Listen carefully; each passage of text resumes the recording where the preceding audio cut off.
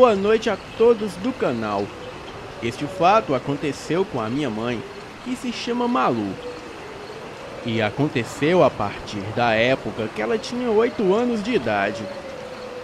O meu vodrasto tinha uma casa em Teresópolis, estado do Rio de Janeiro, a qual era bem afastada da cidade, que herdou da mãe e que o pai a tinha comprado e reformado em 1962. E desde 1979, a família do meu vodrasto iam esporadicamente para essa casa em alguns finais de semana. A casa ainda existe e acho aquela casa bem sombria. Na época, ela tinha um terreiro grande em volta, um rio atrás com uma floresta ao fundo, mas apesar de ser bonita e grande, o lugar era meio ermo e ficava em um vale profundo, sendo que havia algumas casas vizinhas, porém vazias ou com caseiros, e era bem escuro à noite. Em 1986, o meu vodrasto, com 81 anos, se casou com a minha avó, e ela tinha apenas 22 anos na época. E também já era mãe da minha mãe, que na época tinha 5 anos de idade. Em 1989, esse meu vodrasto faleceu, e a minha avó já tinha 2 filhos com ele. E a casa ficou para a minha avó e os filhos dela. E depois da minha avó se aposentar, ela, minha mãe e os seus irmãos se mudaram de Paraty e foram morar lá na casa em Teresópolis. A casa foi reformada e pintada de amarelo, ficando mais alegre. Pois bem, naquele ano, a minha avó teve problemas financeiros e foi morar lá com a família. E foi aí que fatos inusitados aconteceram. Em um sábado do mês de maio, a minha mãe, na época com 8 anos, acordou por volta de meia-noite, pois segundo ela, uivos muito altos vinham da floresta escura que ficava perto da casa. Então ela se levantou e saiu do quarto onde os outros irmãos ainda estavam dormindo. A casa tinha 3 quartos e, ao passar pelo corredor, no andar de baixo, ela foi até a janela da sala. Abriu a cortina e lá fora, no jardim perto da floresta e em volta da casa, ela viu 5 criaturas, metade cães e metade homem. Ela descreve as criaturas como lobisomens, pois os mesmos tinham olhos vermelhos que se acendiam na noite, pelos negros por todo o corpo, cara de cachorro tipo pastor alemão, e todos andavam com uma postura corcunda. Eles davam volta pelo jardim da casa, como se estivessem procurando algo. E então, eles ficavam em uma postura ereta e cheiravam o ar em volta. Ela, criança, foi no banheiro que ficava perto do quarto da minha avó, lavou o rosto e em seguida foi acordar a minha avó e perguntou a ela: Mãe, quem são aqueles 5 cachorros grandes que andam igual gente? A minha avó, sonolenta, perguntou aonde ela viu isso. E ela respondeu que eles estavam lá fora. Então a minha avó respondeu: vai deitar, menina, que não tem nada lá fora não. Então a minha mãe voltou na entrada do corredor, seguiu até a sala do piso de baixo, olhou novamente pela janela e viu 5 lobisomens lá fora, mas em pé.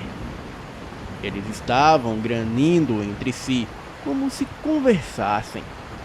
Mas um deles logo percebeu a minha mãe ali na janela. Esse foi o único que olhou para minha mãe. E minha mãe, de forma inocente, falou para os lobisomens: Ó, seu bicho peludo, vai embora da frente da casa da minha mãe, que eu estou vendo vocês. Esse ficou surpreso que ela não sentia medo deles, mas nada fizeram. Em seguida, deram de costas, entraram na floresta escura e desapareceram e não mais foram vistos. E somente quando a minha mãe fez 12 anos de idade é que ela teve condições de descrever o que havia visto naquele dia. E quando eu estava com 12 anos, ela me mostrou um desenho que ela fez de como as criaturas eram. E então ela me contou que estes eram de uma raça comum de lobisomens, mais especificadamente da raça dos lobisomens pactuados. Pessoas que fazem pactos para se transformarem nessas aberrações ou em canes do inferno. Canes é como vocês chamam aqui no canal. Uma espécie única de lobisomem muito poderoso, com super velocidade, super força e audição. Há relatos que um cane do inferno consegue atingir uma velocidade de 80 km por hora. E o seu olfato pode detectar o cheiro de sangue a mais de 1 quilômetro. E a sua visão é de calor igual dos animais de sangue frio. Então, se você se esconder de um cane no escuro, a desvantagem é só sua, pois ele continuará te vendo. A audição dessa criatura é bem diferente da nossa, pois apesar de ser aguçada, um cane do inferno controla o volume do barulho do ambiente. Exemplo: se tem um barulho de um caminhão passando por perto, eles podem naturalmente diminuir a intensidade que escuta o barulho, ou até mesmo bloquear o barulho por completo de sua audição. Igual quando prendemos a respiração. Agora, se o barulho estiver longe e for algo interessante a eles de escutarem, como passos do inimigo ou até mesmo o uivo de um outro lobisomem, eles têm a técnica de amplificar a audição e ouvir aquele barulho 15 vezes mais alto do que uma pessoa comum. E isso, ao mesmo tempo que eles bloqueiam as suas audições para outros ruídos. Resumindo, um cane do inferno só vai ouvir o que ele quer ouvir e no volume que ele bem entender. Canes são criaturas misteriosas e nem sempre dominam a transformação por completo, e muitas das vezes podem se transformar em outra criatura que não tem nada a ver com lobisomem, e às vezes até mesmo mais poderosos. Isso se dá quando o corpo humano não está preparado para receber todo esse poder. E é por isso que muitos falam que um cane do inferno tem 5 vezes a força de um lupino de sina. Porém, na minha humilde opinião, eu digo-lhes que somente um cane do inferno seria capaz de derrubar facilmente uma matilha de lupinos com 20 lobisomens. E por que eu sei disso? A minha mãe se familiarizou com um desses canes anos mais tarde. E ele até veio a ser o meu padrasto. Mas quando a minha mãe descobriu que foi ele que matou meu pai biológico, ela se afastou dele por completo. Porém, a história vai muito mais além. Todo cane pertence a uma seita religiosa satânica. A minha mãe enganada chegou a participar dessa seita de adoração a Satã, e ela era uma das sacerdotisas realizava o Black Sabbath das bruxas daquela seita.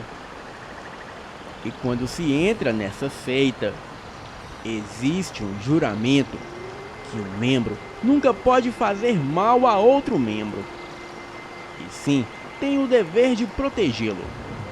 E somente o sumo sacerdote pode julgar os membros que se rebelam contra a seita ou fazer algo contra os princípios. Quando a minha mãe chegou a se afastar do grupo, eles a sequestraram mais tarde e a julgaram. Então, uma das bruxas fizeram o julgamento dela por hidromancia, que é a arte de ver o futuro pela água. Essa bruxa, que se tornou sacerdotisa no lugar da minha mãe, tinha o poder de adivinhação. Então ela pegou um balde de água e foi ver o que a água mostraria que deveria acontecer com a minha mãe. Bem, a água não mostrou simplesmente nada. E como eles eram extremamente supersticiosos, entenderam que como a água não mostrou nada, então nada deveria acontecer com a minha mãe. E assim a libertaram. Ela já está livre dessa seita, se tornou pastora evangélica e já escreveu vários livros cristãos sobre este tema. Bem, este foi o meu relato. E digo que esse não é nem 2% de toda a história que aconteceu com a minha mãe, no período que ela se tornou membro dessa seita. Pois eu queria mesmo era destacar a parte dos lobisomens, pois eu percebi que o canal é bastante voltado para isso. Mas se vocês quiserem ouvir a história por completo, deixem aqui nos comentários que eu escrevo e envio para o canal futuramente. Boa noite.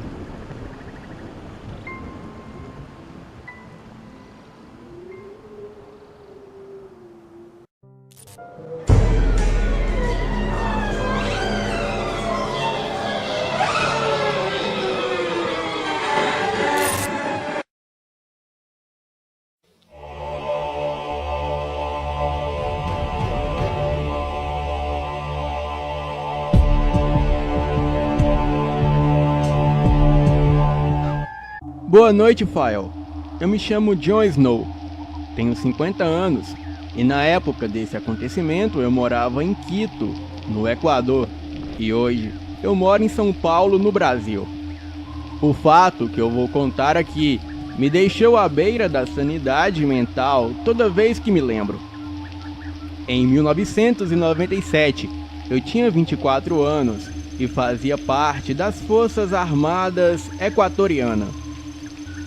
Naquele ano, um grupo de 4 soldados e o nosso capitão e eu fomos designados para uma missão em uma área que ficava a 60 quilômetros de Quito. Os soldados eram Jaime Lannister, Bran Stark, Joffrey Baratheon e Daenerys Targaryen. O nosso capitão era conhecido pelo apelido de Montana, que significa montanha em português. Montanha nos designou a uma missão que, dizia ele, ser de baixo risco.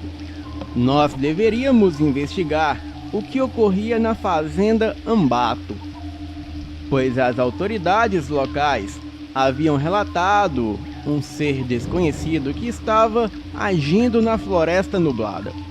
Mas, às vezes, essa criatura ia até a fazenda Ambato para devorar os animais de lá.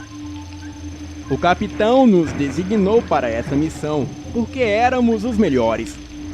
Daenerys Targaryen era a médica do grupo, enquanto Bran, o Joffrey, Jaime e eu éramos apenas soldados. Questionei o meu capitão que criatura desconhecida era essa e que isso não era problema do exército, e sim da polícia ambiental. Está me questionando, soldado? Montanha disse. A missão do exército equatoriano é desenvolver o poder territorial em ordem de cumprir os seus objetivos constitucionais garantindo a integridade e soberania do território equatoriano e contribuir para a segurança e desenvolvimento da nação. Isso envolve garantir a disposição do pessoal militar preparado em ordem de cumprir qualquer missão designadas. Entendido, capitão. Eu falei. Tem alguma ideia do que pode ser essa criatura? O que se sabe é que ele veio do Vale do Javari, um território pouco explorado dentro da floresta amazônica que faz fronteira com o Peru. Dizem que pode ser um chupa-cabras, uma criatura folclórica brasileira, mas o que se sabe é que essa coisa atravessou o Peru, fez um estrago por lá e agora está vivendo aqui, em nossas florestas, disse Montanha. Mas, capitão, pelo que eu conheço dessa lenda, um chupa-cabras não chega a ser uma ameaça. Você já assistiu o filme O Predador, John? Então se prepare para o pior. Eu fiz uma suposição que, na melhor das hipóteses, poderia ser um chupa-cabra. Mas para aqueles dois homens de preto chegarem aqui hoje cedo e dar ordens até no tenente, coisa boa não é. Por mim, eu levaria toda a infantaria, mas o meu superior ordenou que eu levasse apenas uma equipe com 5, e a nossa missão é investigar e rastrear a criatura.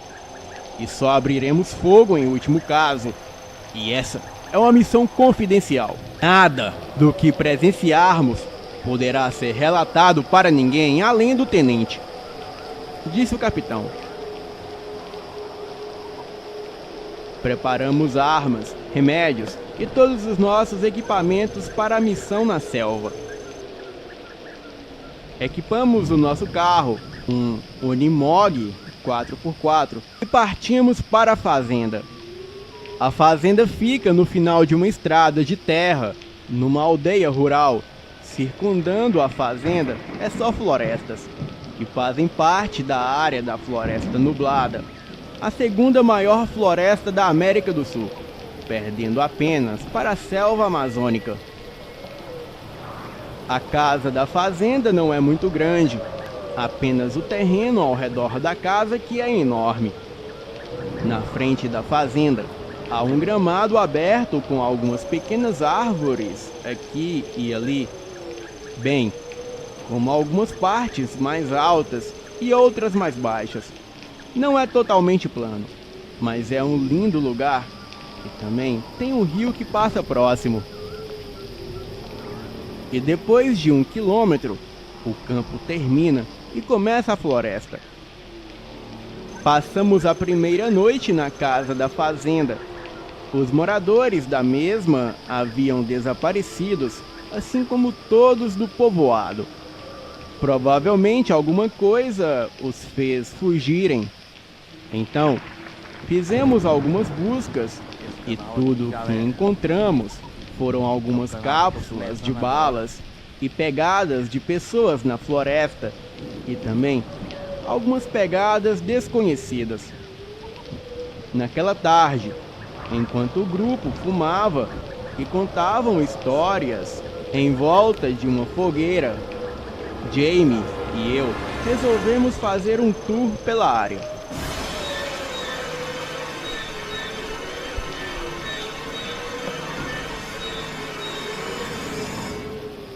Fora da fazenda, primeira vista, as árvores parecem prolongar-se por muito tempo, mas já depois de 50 metros, surge um cume de terra à esquerda e à direita, com cerca de 2 a 3 metros de altura. Andamos floresta adentro por mais ou menos 1 hora. Então, de repente, como se estivessem no lugar errado, apareceram algumas cabanas sem padrão em suas posições. Estavam espalhadas por cerca de 250 metros, com um lago raso e a floresta fechada nas laterais. A coisa toda mais parecia um acampamento indígena, com várias tendas, madeira queimada, do que parecia ser uma fogueira e alguns objetos estranhos, que pareciam ser religiosos. E o mais estranho é que no local parecia ter somente índios, idosos, mulheres e crianças. Bem, ficamos de longe observando tudo sem sermos notados.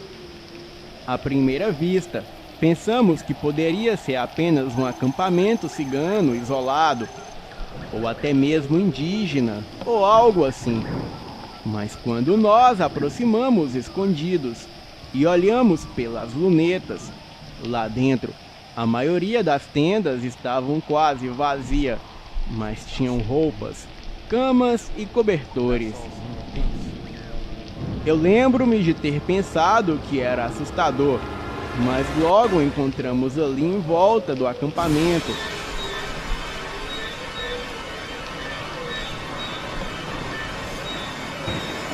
restos de animais por toda a terra atrás do acampamento.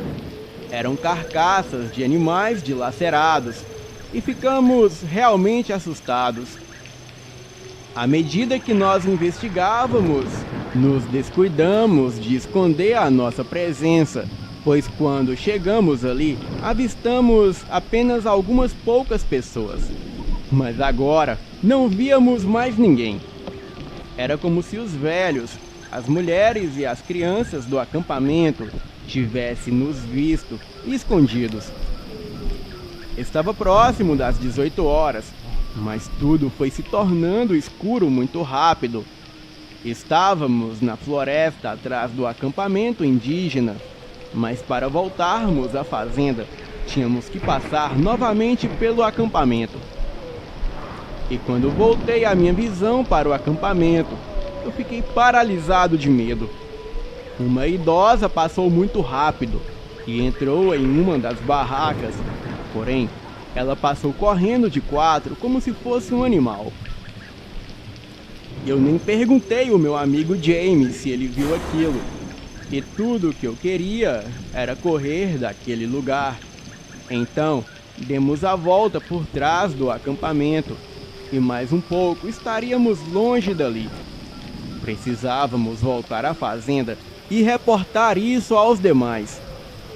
E quando chegamos a certo ponto da floresta, já a 1 quilômetro do acampamento, paramos para recuperar o fôlego.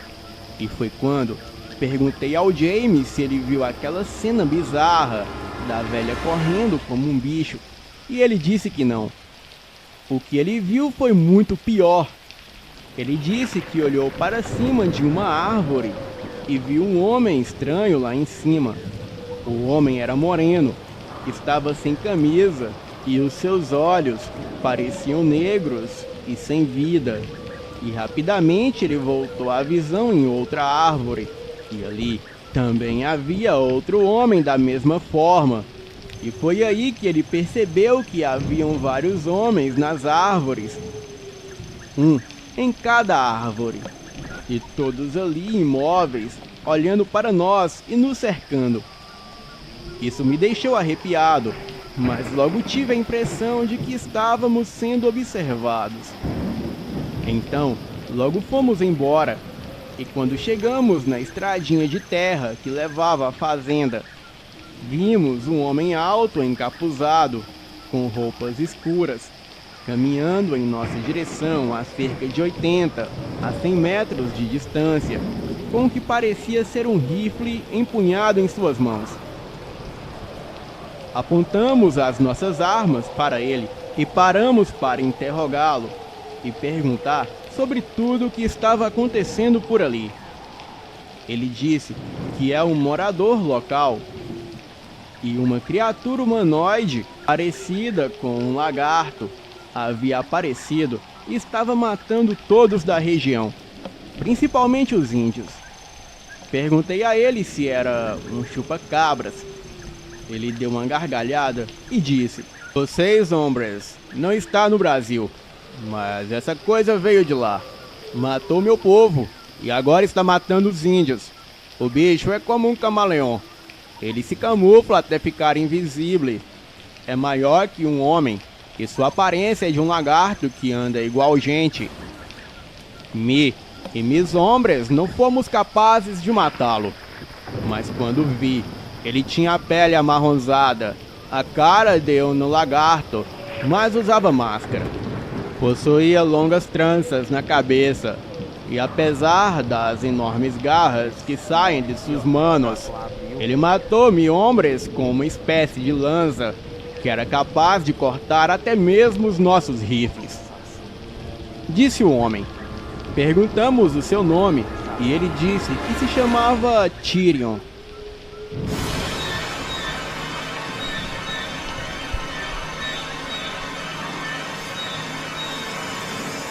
E que era melhor levar todo o exército, pois assim talvez conseguiríamos deter o Marupiara. Marupiara? Eu perguntei. Sim, é esse o nome dado pelos índios a essa coisa. No Brasil, ele era chamado de o Predador. Mas um predador ele caça para se alimentar. E essa coisa caça por esporte. Marupiara significa na língua quichua, caçador, ou algo assim. Tyrion, ele disse que estava indo atrás do Marupiara e queria vingança. Então, Jaime e eu voltamos à fazenda e reportamos tudo ao nosso grupo. A casa da fazenda era de 2 andares, sendo que eu dormia no quarto que ficava no andar de cima e os meus companheiros dormiam na parte de baixo. O Joffrey e Bran, eles ficavam lá fora, revezando a ronda noturna, e eu ficava no quarto de cima porque tinha uma vista mais ampla pela janela. E no quarto do andar de baixo dormia Daenerys e na sala dormia o Jaime e Montanha. E por volta de 11 da noite eu acordei de um pesadelo. Eu não sei por qual motivo, mas estava tendo uma paralisia do sono, coisa que não me ocorria há muitos anos. Inclusive, eu acordei com a sensação de estarmos sendo observados. Talvez tivesse mais daquelas pessoas em cima das árvores, nos observando. Alguns minutos depois, eu escutei uivos bem alto do lado de fora da casa.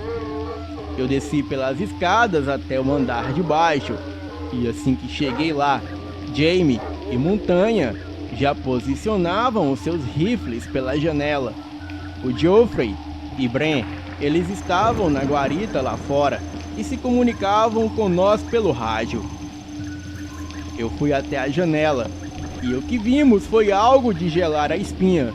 Haviam várias idosas nuas no terreno da fazenda. Elas estavam paradas e olhando para casa, mais especificamente na direção da janela da sala. E quando elas notaram eu e o meu amigo ali na janela, elas correram como animais para dentro da floresta. E todos permanecemos em silêncio, apenas apontando os nossos rifles em direção à floresta. Eu comuniquei-me pelo rádio com o Jaime. Perguntei se ele viu aquilo e ele disse que sim. Que eram as mesmas pessoas que vimos na aldeia. E ele também disse, rindo, que aquilo era mais assustador do que o tal chupa-cabra que fomos rastrear. O Jaime mal acabou de falar isso, e um ponto de uma mira verde apareceu na cabeça de Joffrey. Puta merda! Eu falei. Então, todos ali da janela, vimos a cabeça de Joffrey explodir.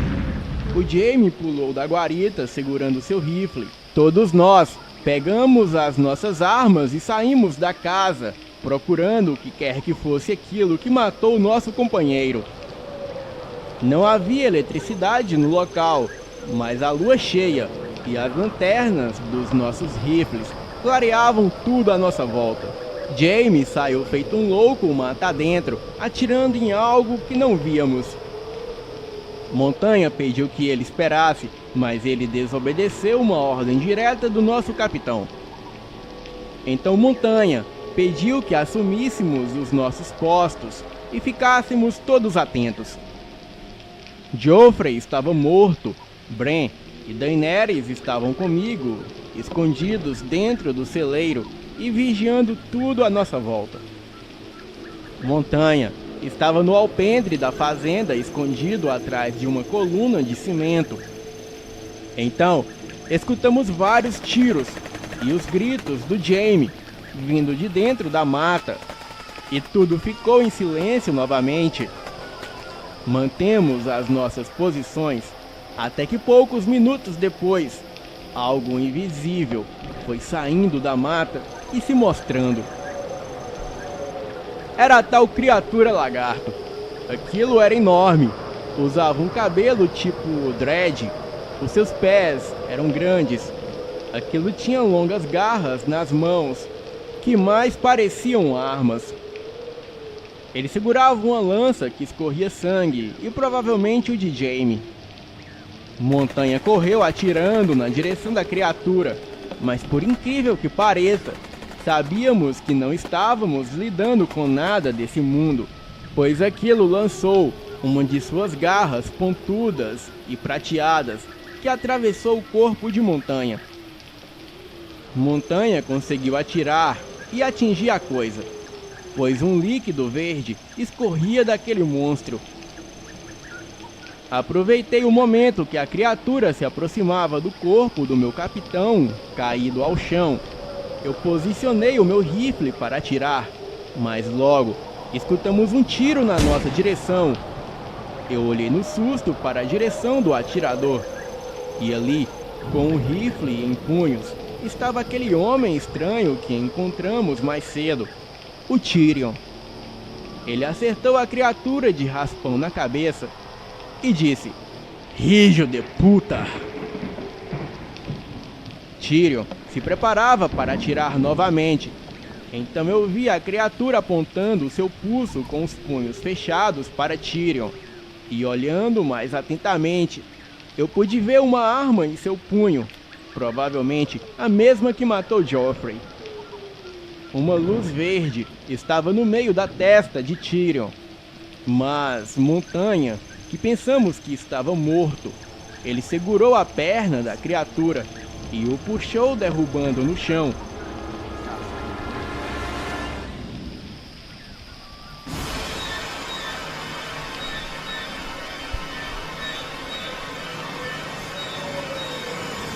A criatura e Montanha se levantaram no mesmo instante, mas o monstro arrancou a cabeça de Montanha com as garras.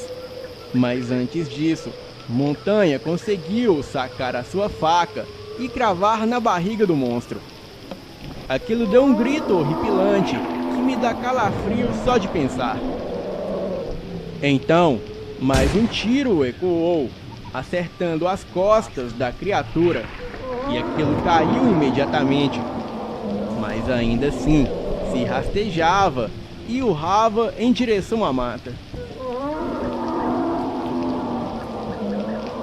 Tyrion se aproximou com seu rifle, apontando para o monstro. "Mataste a toda minha família. Mataste a meu padre, a minha esposa, a meus filhos e os meus amigos. Agora eu quero ver-te sofrer, como tu fizestes ao meu povo. Mataste meu padre, minha esposa, meus filhos e meus amigos. Eu quero ver-te sofrer, besta imunda. Joe, os mataste. Eu quero ver Joe rastejar. Você se lembra deles? Você os matou. Você os esfolou. E você tirou tudo de mim", dizia Tyrion. Pensamos que todo o pesadelo estava prestes a terminar, mas escutamos gritos de dentro da mata. Eram gritos de mulheres e eram gritos de fúria. E então, aquelas idosas que apareceram mais cedo estavam de volta.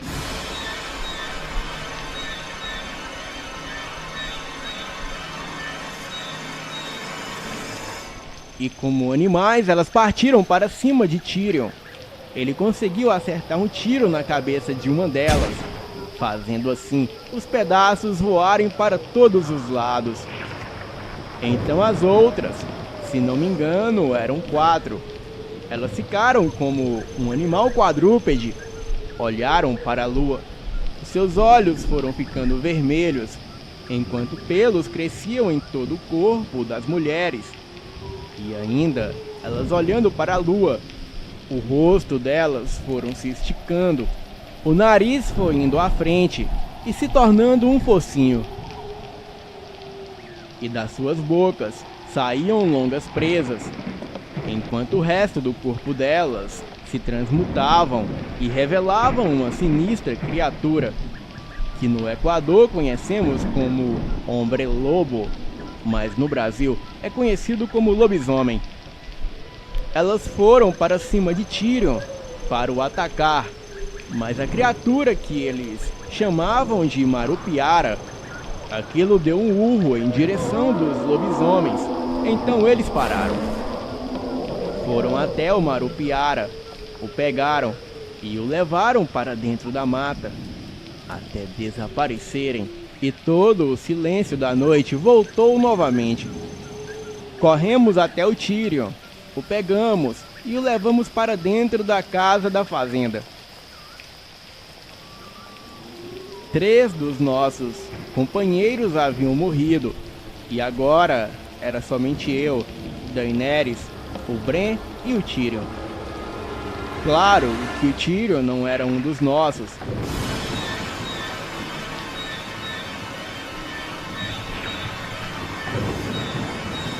Ele agia por conta própria, mas tínhamos o mesmo inimigo em comum. E naquela situação, também tínhamos o mesmo objetivo: matar a criatura ou as criaturas. Estávamos todos ali reunidos na sala do casarão da fazenda. Eu sugeri que fugíssemos e que fôssemos embora dali naquela noite, pois estávamos cercados pelas criaturas. Bem, eu perguntei o porquê daquelas mulheres se transformarem em feras e por que elas ajudavam o Marupiara. E esse tal de Marupiara, de onde ele veio? Aquilo não era coisa do nosso planeta. As armas que a criatura usava eram literalmente de outro mundo. Pedi explicação para o Tyrion e ele disse o seguinte: Tienes razão, hombre. Essa criatura não é de este planeta. Não se sabe de onde veio.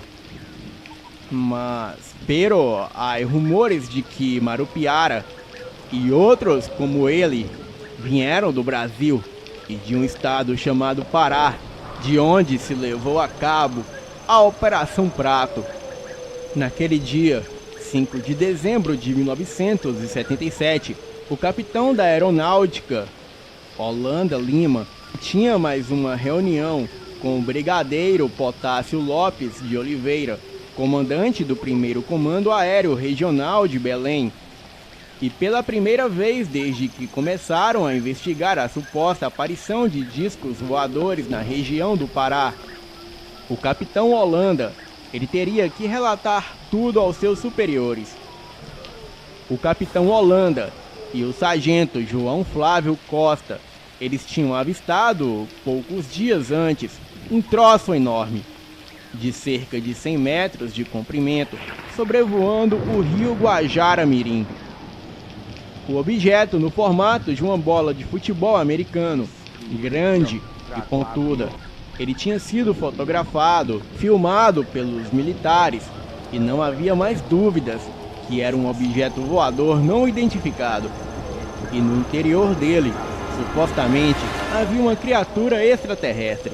As forças armadas brasileiras conseguiram rastrear as criaturas, mas elas fugiram pelo Vale do Javari, no Amazonas, atravessaram o Peru e vieram para a Floresta Nublada, aqui no Equador. Essa coisa matou meu povo e destruiu várias tribos da região. Então, nessa floresta existe a lenda da tribo dos Hombres Lobos. Acredito que eles começaram a cultuar o Marupiara. E agora, os Hombres Lobos e o Marupiara, eles agem juntos. Não conseguiremos fugir daqui com vida. Não essa noite. Então o melhor a se fazer é bolarmos um plano. A ideia de Tyrion era a seguinte: não poderíamos voltar para a floresta e não tínhamos comunicação com o mundo lá fora, mas não muito longe daqui, a cerca de 3 quilômetros, no cume do Monte Nublado, existia uma base de apoio do exército que foi abandonada. Mas provavelmente os equipamentos de rádio e apoio ainda funcionavam e podíamos pedir por ajuda.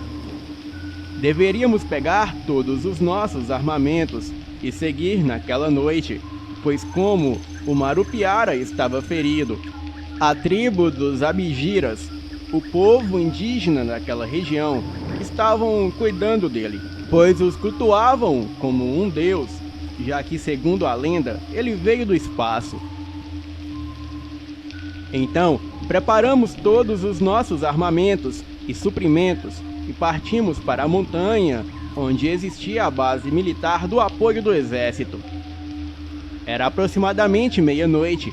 Pegamos metade do caminho pelo rio e assim chegaríamos mais rápido. Então, entramos no barco a motor que pertencia aos moradores desaparecidos da fazenda. O barco funcionava e ainda estava com gasolina. Ligamos e entramos todos no barco. Seguimos pela escuridão. Evitávamos ligar as lanternas para não sermos notados. A lua cheia clareava parte do caminho, mas a escuridão predominava a maior parte da noite. Tyrion estava no controle do barco. Dizia ele saber o ponto que desceríamos para chegar até o ponto de apoio. E seguiríamos cerca de 15 minutos de barco. Eu estava ao lado de Tyrion, observando tudo à nossa volta, enquanto Bran e Daenerys estavam na parte de trás. E por toda parte que olhávamos, víamos vultos nas matas. Era como se algo nos perseguisse por terra. Então, todos mantemos os nossos rifles em punhos e ficamos atentos, observando tudo à nossa volta. Logo Daenerys, ela disse que havia alguma coisa lá na frente, mas não vimos nada. Mas ela insistiu que estava lá no meio das águas. Não queríamos ligar as lanternas, mas ela ligou. E o que pudemos ver foram 2 pares de olhos amarelados que se refletiam com a luz da lanterna, como se fossem olhos de crocodilos ou qualquer outro lagarto. Aquilo afundou pelas águas e sumiu, e em seguida sentimos um baque no barco que quase virou. Bran, que estava sentado na parte de trás do barco, ele caiu nas águas escuras. Paramos o barco e gritamos para ele vir. Ele emergiu e veio nadando na direção do barco. Eu mantive o rifle apontado na direção dele, pois pressentia que algo aconteceria. E não demorou muito, e Bran, ele afundou, e foi como se algo o puxasse, e em seguida ele emergiu novamente e começou a se debater, provavelmente contra algo que o puxava para baixo. Não vimos o que era a coisa, e então não pudemos atirar. Daenerys se preparou para pular, mas antes disso, vimos a água ficar toda vermelha e os barulhos pararem. Tyrion ligou o barco e novamente partimos dali. Chegamos no ponto dito por Tyrion, onde seguiríamos a pé até chegarmos no posto avançado. Tínhamos que caminhar cerca de 15 minutos por mata fechada e cerca de mais 10 para subir certa parte da Montanha Nublada. Estávamos muito tristes pela morte de Bran, pois ele era uma boa pessoa, não só ele, mas todos os outros. Bem, não tínhamos tempo para nos lamentarmos. Eu segui em frente, pois aquilo era uma questão de sobrevivência. A mata estava bem fechada e estávamos prontos a nos deparar com qualquer tipo de perigo, mais especificamente, qualquer tipo de predador. Dizia Tyrion que deveríamos nos apressar, porque a floresta era o território deles, e o mais sensato era sair para um campo aberto, onde teríamos uma visão mais ampla de tudo. E depois de andarmos cerca de uns 10 minutos, Daenerys parou e pediu que olhássemos para cima das árvores. Então, apontamos as nossas lanternas, e o que vimos foi uma coisa aterrorizante. Eram criaturas de pelos escuros e outras de pelos amarronzados.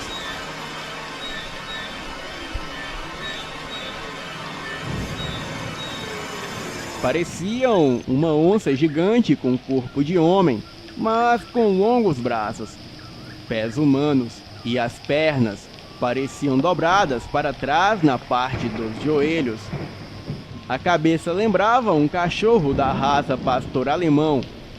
As criaturas nos encaravam quando apontávamos as lanternas na direção deles. As criaturas colocavam o braço na frente para se protegerem da luz. Eu tinha certeza que eram aqueles homens que Jaime viu em cima das árvores quando entramos na floresta durante o dia. Então, um tiro acertou uma árvore próximo a nós, mas não era um tiro comum. Parecia algo lançado por um foguete, pois só vimos o rastro branco da explosão que deixou a árvore em pedaços. E ali, a uns 15 metros à nossa frente, estava o Marupiara. Com certeza, ele não queria nos matar, e sim nos encurralar. Talvez para se vingar do que fizemos a ele. Tyrion, ele atirou na direção da criatura, mas aquilo muito rapidamente entrou para a mata fechada. Daenerys e eu corremos para fora da floresta. Tyrion gritou para que não corrêssemos, mas foi o que fizemos. Saímos correndo. E assim que saímos da mata, estávamos em uma área de campo aberto, onde já avistávamos a montanha e o caminho que levava até o ponto de apoio militar.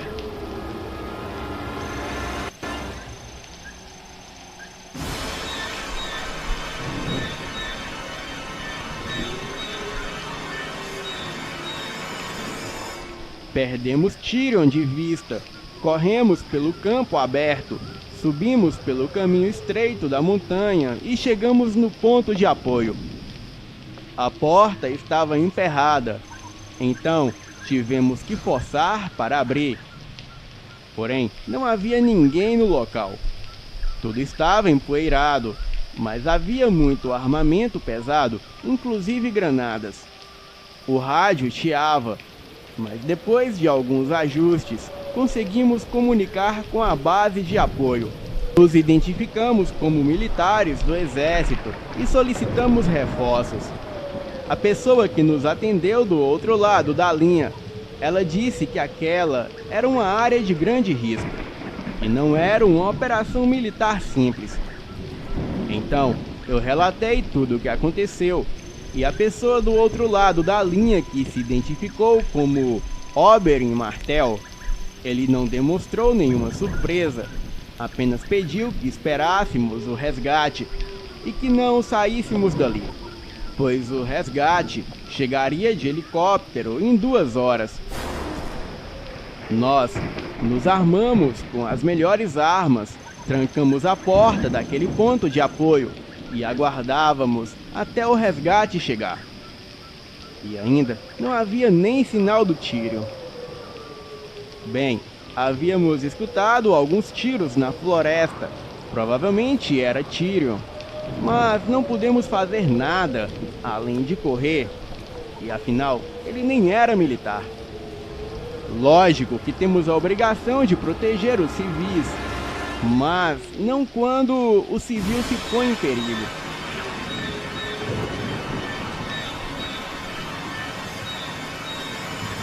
Bem, aproximadamente 40 minutos depois, ouvimos alguma coisa forçar a porta.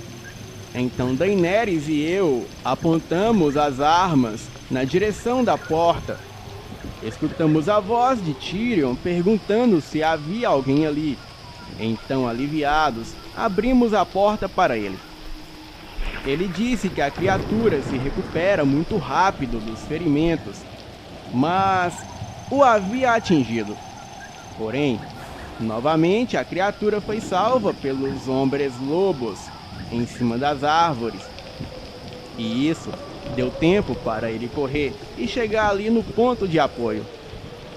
Ele disse também que os 2 soldados que ficavam ali foram mortos pela criatura há cerca de uma semana.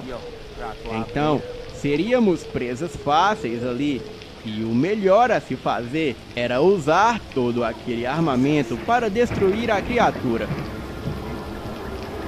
O quê? Já solicitamos apoio. O resgate chegará em 1 hora e não vamos voltar para aquela mata.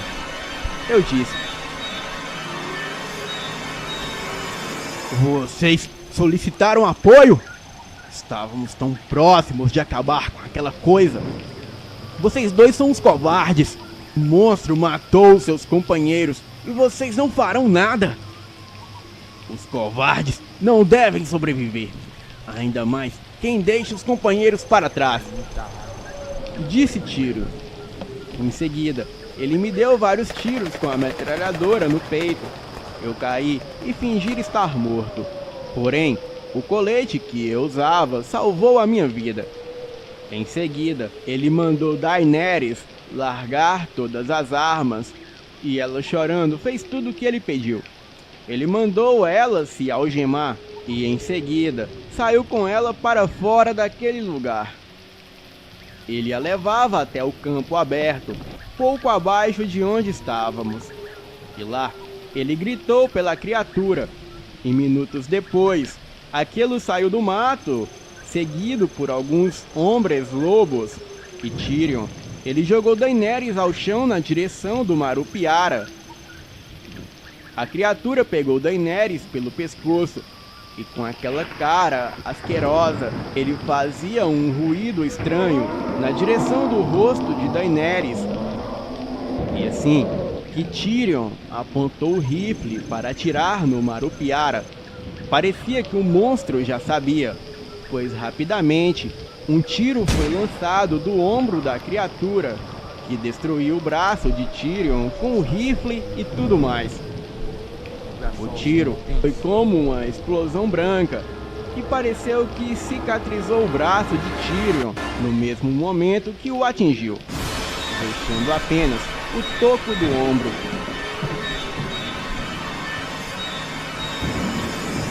Então, um tiro de rifle pegou em cheio na cabeça do Marupiara.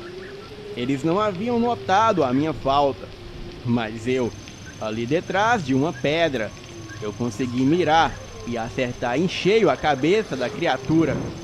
Aquilo soltou Daenerys e caiu de joelhos e em seguida caiu estirado no chão. Os hombres lobos em volta, eles ficaram gritando eufóricos, partiram para cima de Tyrion e o devorou em segundos. Daenerys correu dali e algumas das criaturas corriam atrás dela. E eu, ao longe, consegui derrubar 2 das criaturas com o rifle, mas não daria conta de todos eles. Então, escutei o barulho de helicóptero e logo escuto um tiroteio tremendo. E homens de pretos desciam do helicóptero. Eram 3 homens trajados de preto e o piloto usava roupas do exército. Os homens de preto usavam rifles e até lança-chamas contra as criaturas. Então, os hombres lobos recuaram para a floresta, e o que eu vi em seguida, eu fico com receio de contar, porque vai além da imaginação humana. Outros seres iguais ao Marupiara, eles apareceram e recolheram o corpo do companheiro morto, e os homens de preto não fizeram nada. Em seguida, do nada, apareceu uma enorme nave alienígena.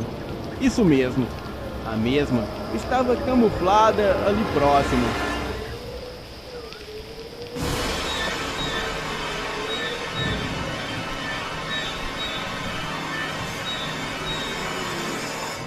Então, aquela suposta nave decolou numa velocidade tão impressionante que eu não pude ver direito com os meus olhos.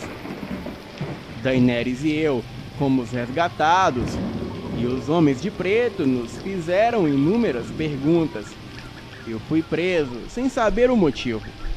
Eu não vi a Daenerys por quase 3 meses.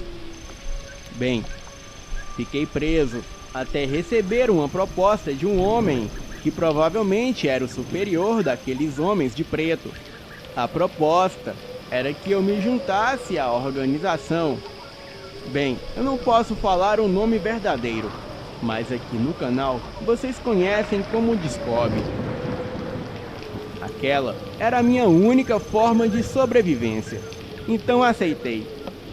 Passei por rigorosos treinamentos, e quando me juntei à corporação, eu finalmente reencontrei Daenerys. Ela também havia sido recrutada para fazer parte do Descob. Bem, Fael, hoje eu sou aposentado pelo Descob. Recebo uma aposentadoria fictícia, que nem o governo reconhece, mas é um bom dinheiro. Bem, Fael, todos os nomes nesse relato são fictícios. Obviamente você percebeu. Mas a história é real, e inclusive aconteceu muito mais coisa no tempo em que eu integrei o Descob. Mas por questões de segurança da minha própria vida, eu não poderei relatar. Boa noite.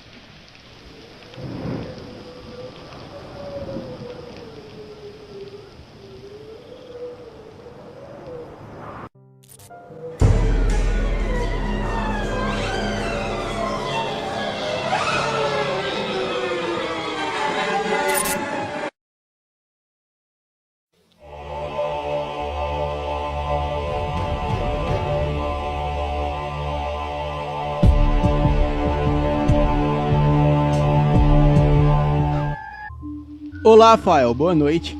Pela minha função, integridade e motivos de represálias, eu não posso falar o meu nome verdadeiro, mas podem me chamar de Bruce Dickinson.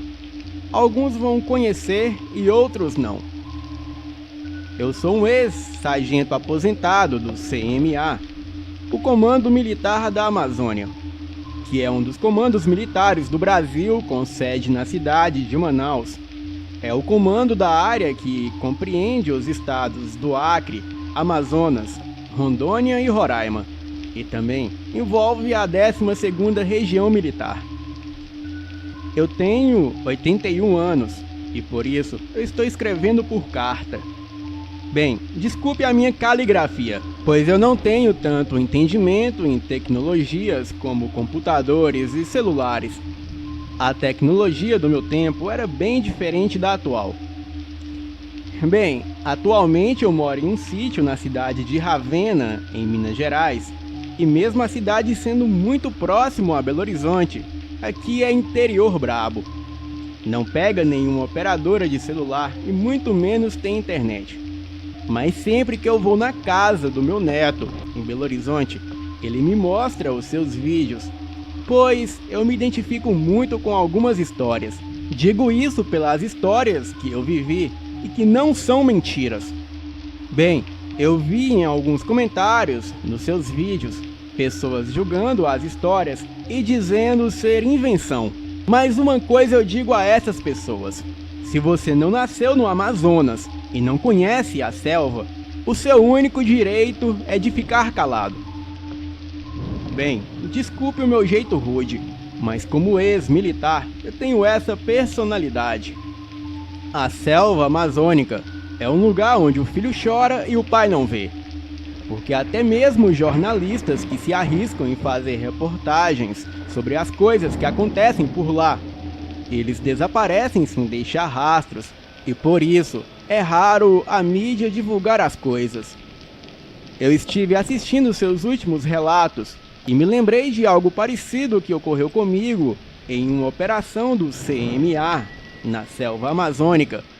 por volta dos meus 35 anos, e tudo o que contarei aqui está documentado e grande parte da história está disponível na internet, mas apenas o testemunho de alguns militares da época, inclusive o meu, e esse fato marcante ocorreu no ano de 1977.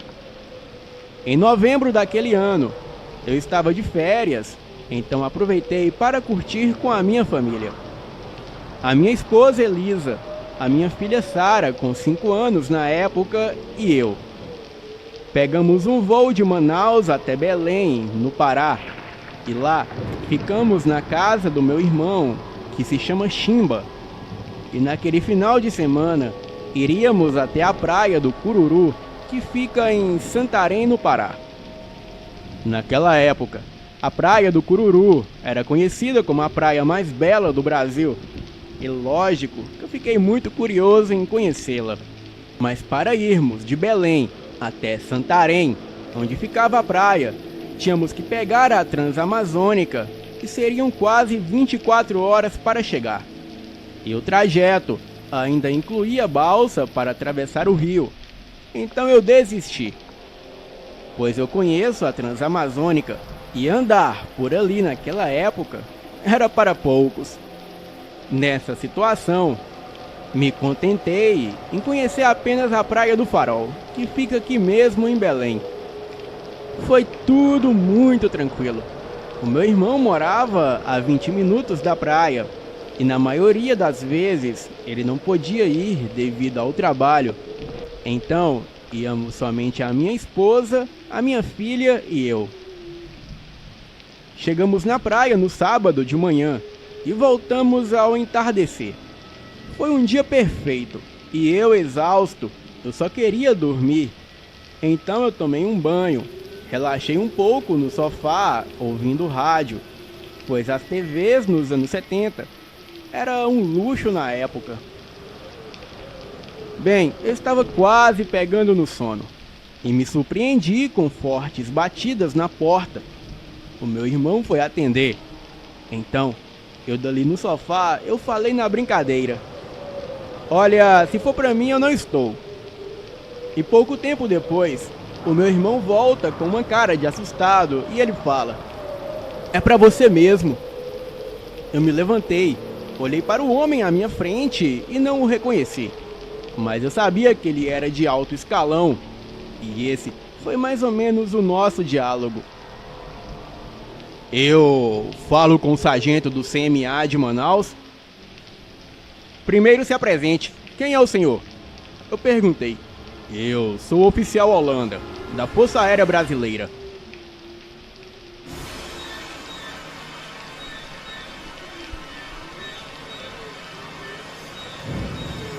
"E preciso que venha comigo para uma operação extraoficial."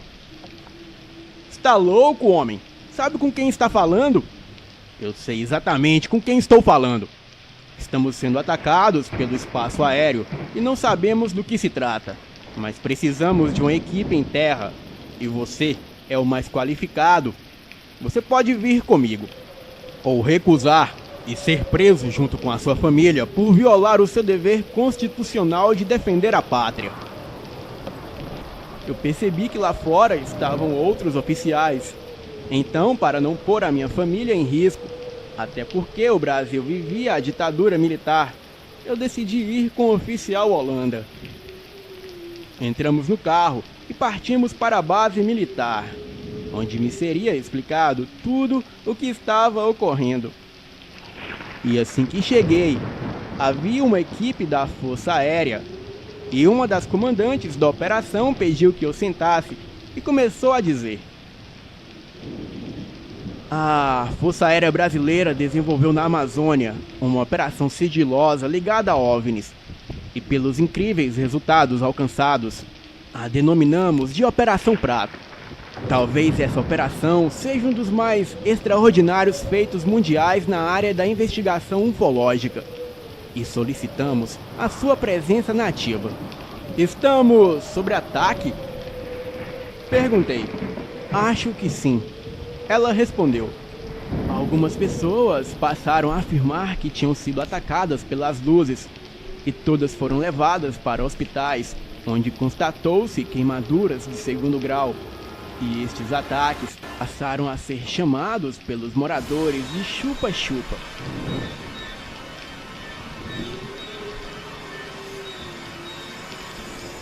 Já que acham que os alienígenas retiram sangue das vítimas. Mas se trata de uma criatura ou alienígena? Eu não sei te responder, disse a comandante. O capitão Holanda. Ele e mais 20 homens estavam investigando o território aéreo onde ocorriam os avistamentos, que era sobre a cidade de Colares, no Pará.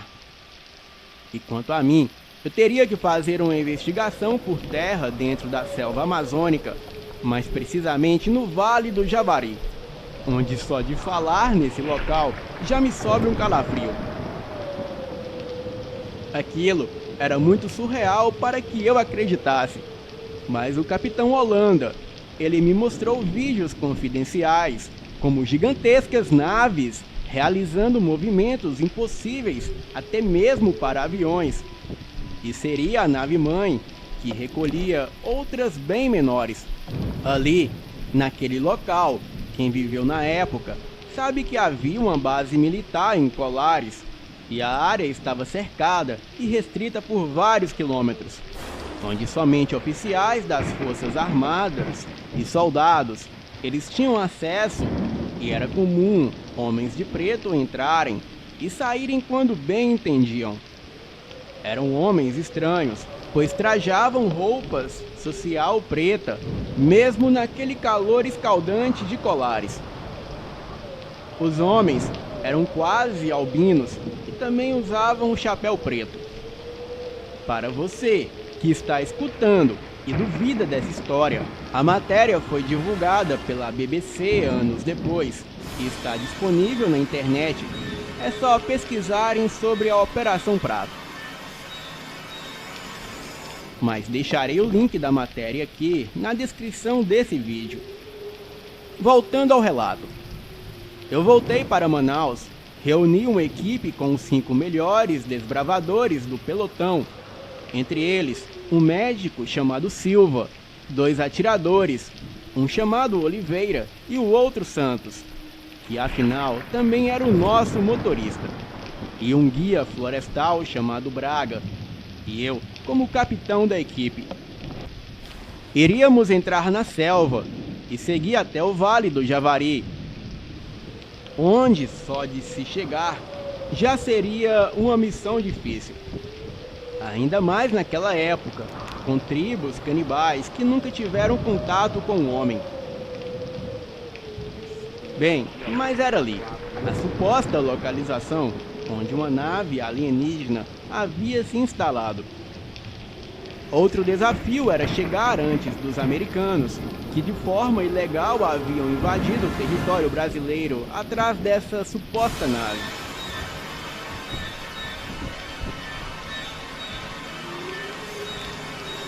Pois desde o acidente com o OVNI em Roswell, em 1947, no Novo México, que os americanos passaram a criar bases para tratar de assuntos como esses, e até mesmo a famosa Área 51. O nosso guia florestal, o Sr. Braga, ele era um homem mais velho do que eu, então eu me dou ao respeito de chamá-lo de senhor, mesmo sendo seu superior. Braga, apesar de ter nascido em família indígena, ele serviu por muitos anos à CMA e realizou várias missões de risco naquelas matas. Vou resumir. Imaginem uma família em uma casa, marido, esposa, filhos, cachorro e uma faxineira. Quem sabe todos os segredos? Sim, é a faxineira. Ela tem acesso a todos os lugares da casa, limpa toda a bagunça feita pela família, e na sujeira é onde os segredos se revelam. Em outras palavras, a faxineira sabe todos os segredos da família, e o Sr. Braga era a nossa faxineira. Entramos no caminhão do exército e partimos pela Transamazônica, Pegamos uma trilha por dentro da selva, até chegar em um ponto de apoio onde faríamos a travessia do rio a barco, e o resto do percurso do caminho seguiríamos a pé mata adentro. E durante o caminho pela trilha, o Sr. Braga, ele me disse que era muito provável que nos deparássemos com algo bem pior do que um OVNI, pois ele já havia estado em outra missão há 5 anos com outro pelotão, ali mesmo no Vale do Javari.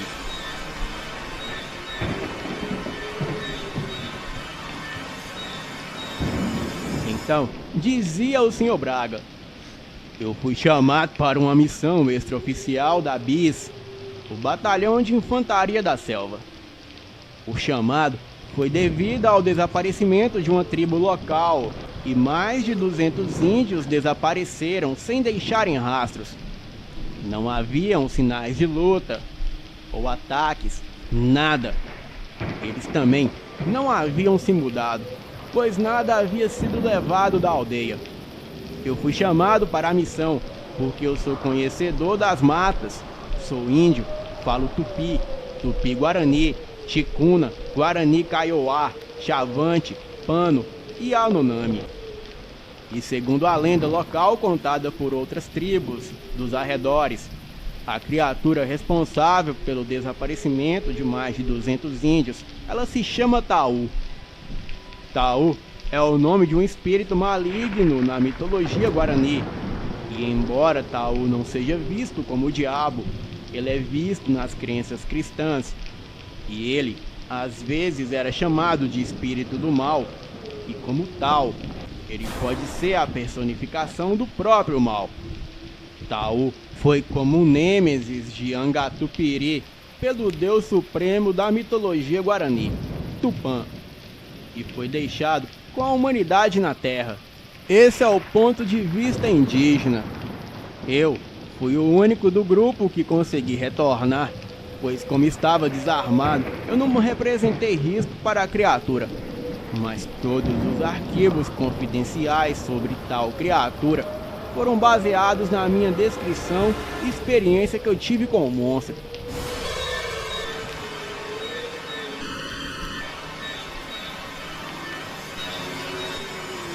Taú, o malvado, ele fora o responsável pela maioria das mortes dos índios.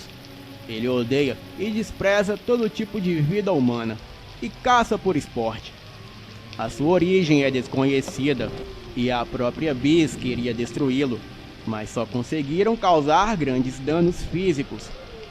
O Taú é uma criatura réptil grande, extremamente inteligente, com grande força, reflexo e resistência, com habilidades de se curar, regenerar e se modificar de aparência e tamanho.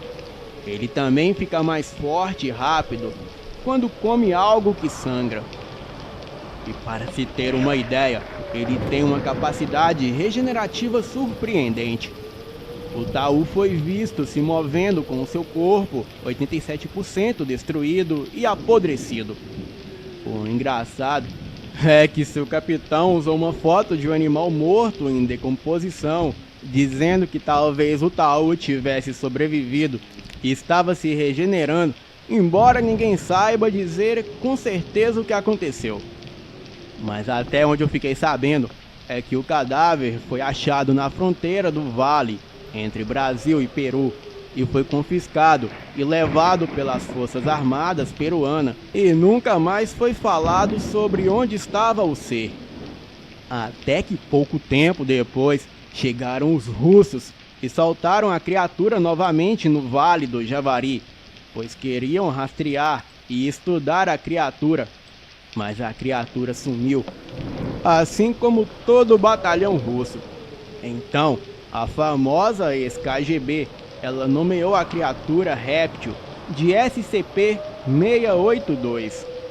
Eu não queria nem um pouco estar naquele lugar, e depois de ouvir essa história do Sr. Braga, a minha vontade era de pegar o caminho de volta e me mandar da floresta.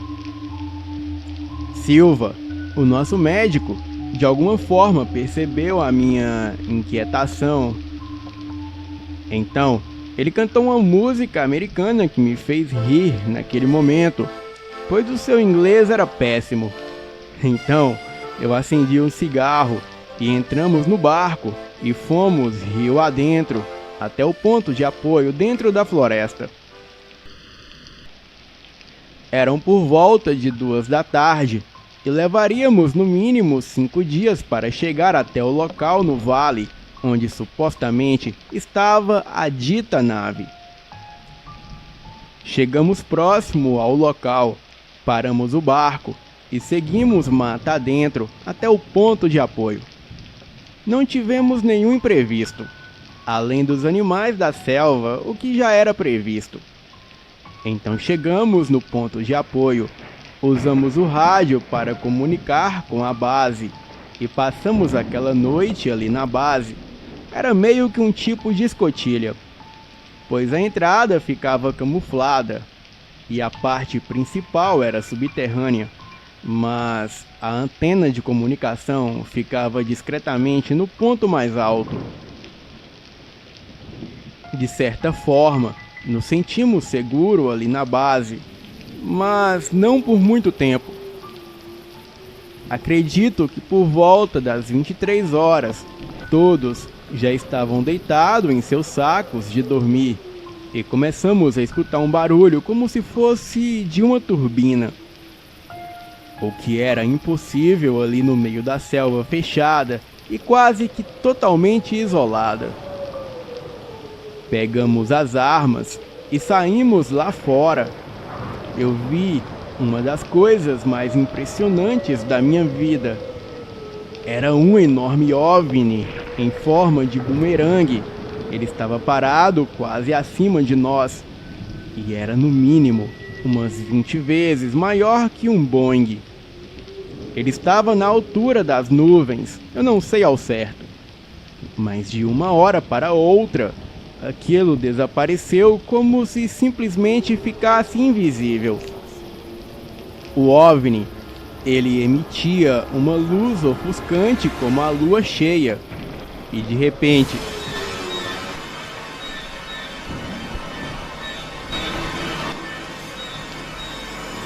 tudo ficou escuro novamente. O silêncio na mata era fora do normal, pois nem os animais noturnos era possível ouvir mais.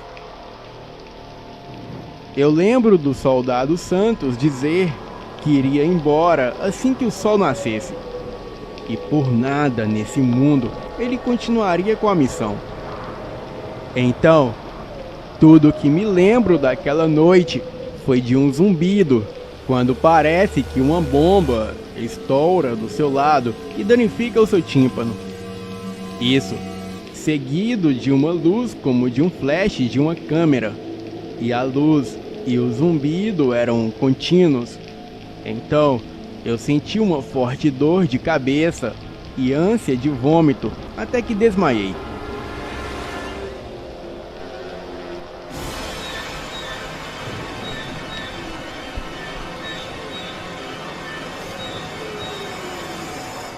Acordei dentro da escotilha. Estava muito frio, apesar da região ser normalmente quente.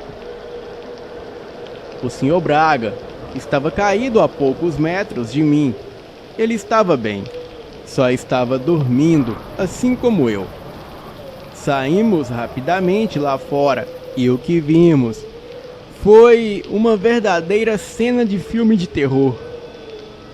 O nosso médico, o Silva, os atiradores Oliveira e Santos, eles estavam pendurados em uma árvore e os seus corpos estavam esfolados, e só foi possível reconhecê-los por causa das roupas no chão, que apesar de estarem em trapos, ainda tinha a identificação de cada um escrita no uniforme, e também as armas de cada um que estava no chão e várias cápsulas de balas. Eles haviam descarregado as armas antes de serem mortos, obviamente, e eu não faço a menor ideia de como tudo aquilo aconteceu. Talvez eles tenham nos levado para dentro da escotilha Assim que o Sr. Braga e eu desmaiamos, e em seguida eles saíram lá fora para confrontar com algo desconhecido. O que quer que tenha feito aquilo com os meus amigos, com certeza não era algo desse mundo.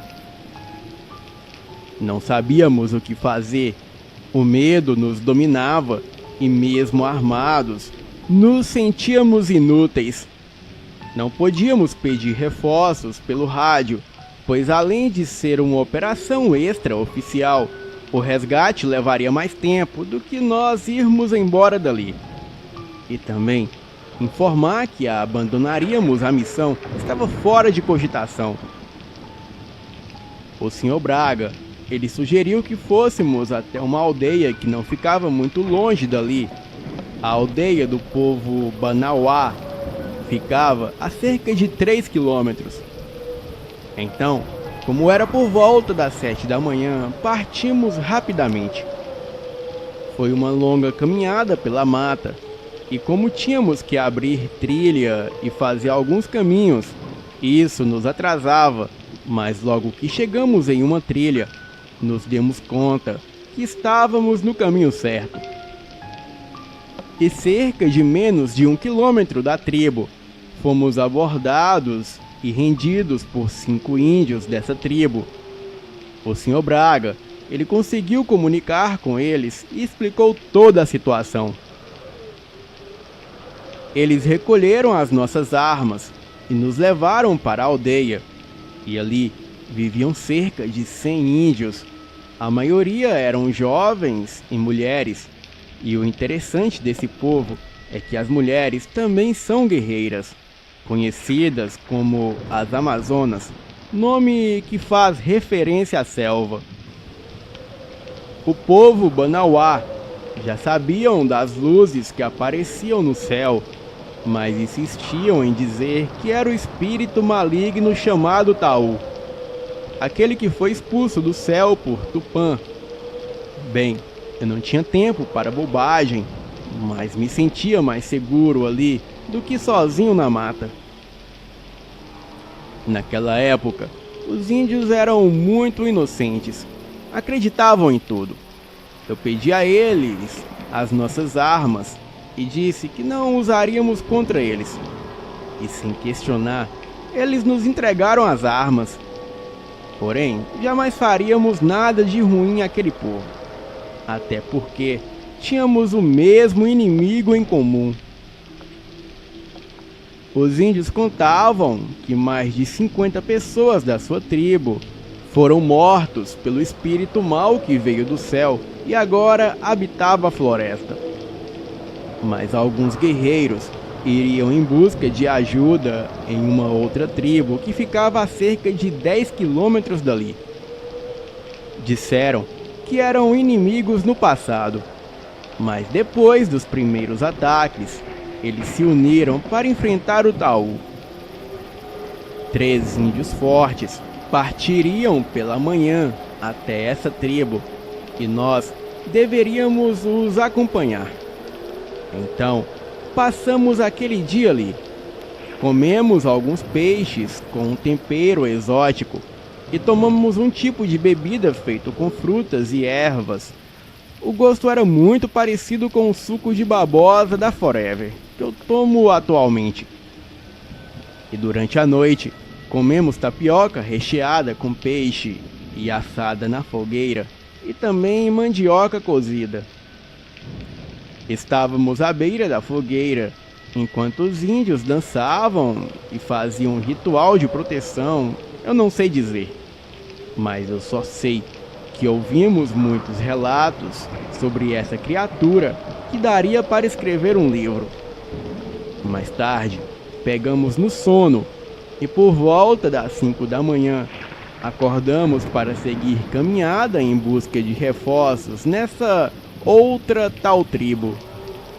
Fiquei curioso de irmos apenas em 5 pessoas, já que havia outros guerreiros lá na aldeia, mas não questionei, até porque era difícil comunicar com eles. Era o Sr. Braga que traduzia tudo o que eu falava a eles e vice-versa. Foi uma longa caminhada pela mata. Pegávamos trilhas secretas e sempre que ouvíamos um barulho estranho nos escondíamos e ficávamos observando. Mas na maioria das vezes era algum animal e nas outras vezes não era nada. E quase no final da tarde chegamos na tal aldeia. Os 3 índios ficaram surpresos de não terem sido recebidos antes de chegarem ao local. Então, já chegamos invadindo a aldeia. E o que vimos foi uma cena lamentável. Eram jovens, mulheres, crianças e idosos indígenas. Eles estavam todos mortos e esfolados. Eu não sei ao certo, mas eram cerca de 50 índios. E parecia que todos foram mortos há apenas um dia, no mesmo dia que os meus companheiros. Naquele momento, eu só queria voltar para a aldeia dos Banauá, mas sabia que não chegaria lá antes do sol se pôr. Em outras palavras, se ficássemos, seríamos mortos. E nossa melhor chance era arriscar de voltar pela noite mesmo. Os predadores da selva não seriam problema, pois estávamos armados. O problema seria o predador que estava aniquilando os índios. Pegamos o caminho de volta sem perder tempo, pois os 3 índios que estavam conosco, eles temiam que a criatura atacasse a tribo deles. Se nós apressássemos, poderíamos chegar lá antes do amanhecer. Andamos por hora pela mata escura e tenebrosa. Eu não sei ao certo, mas acredito que por volta das 3 da madrugada, um urro estrondoso ecoou por toda a selva e em seguida, algo grande passou por nós muito rápido por cima das árvores. Empunhamos as nossas armas, mas não vimos nada para atirar. E quando voltamos a nossa atenção para os 3 índios, eu pude ver algo fora da minha realidade. Os 3 estavam como animais quadrúpedes. Eles rosnavam, babavam e se transformavam em feras, que eu só posso descrever aqui como lobisomens. Os seus corpos ficaram peludos e os seus membros se esticaram. Os joelhos pareciam virados para trás e as suas cabeças eram semelhantes a de lobos. Eram 3 lobisomens enormes e por um segundo eu achei que seríamos atacados.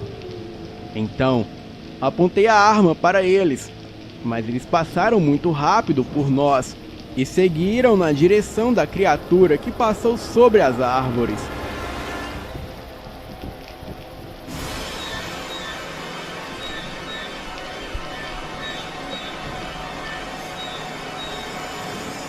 O Sr. Braga e eu nos apressamos em direção à aldeia, e eu creio que chegamos depois de 1 hora. Mas o que vimos ali foi um cenário horripilante. Vários índios mortos e outros atacavam a criatura que eles chamavam de Taú. Atacavam com fogo, flecha e lança, e a maioria estavam mortos, enquanto a mesma criatura travava uma luta mortal com aqueles 3 lobisomens. O que posso dizer é que a criatura deveria ter em torno de 2 metros. Tinha a pele asquerosa e dentes e garras enormes e usava um colar de dentes humano no pescoço. A criatura levava vantagem sobre os 3 lobisomens.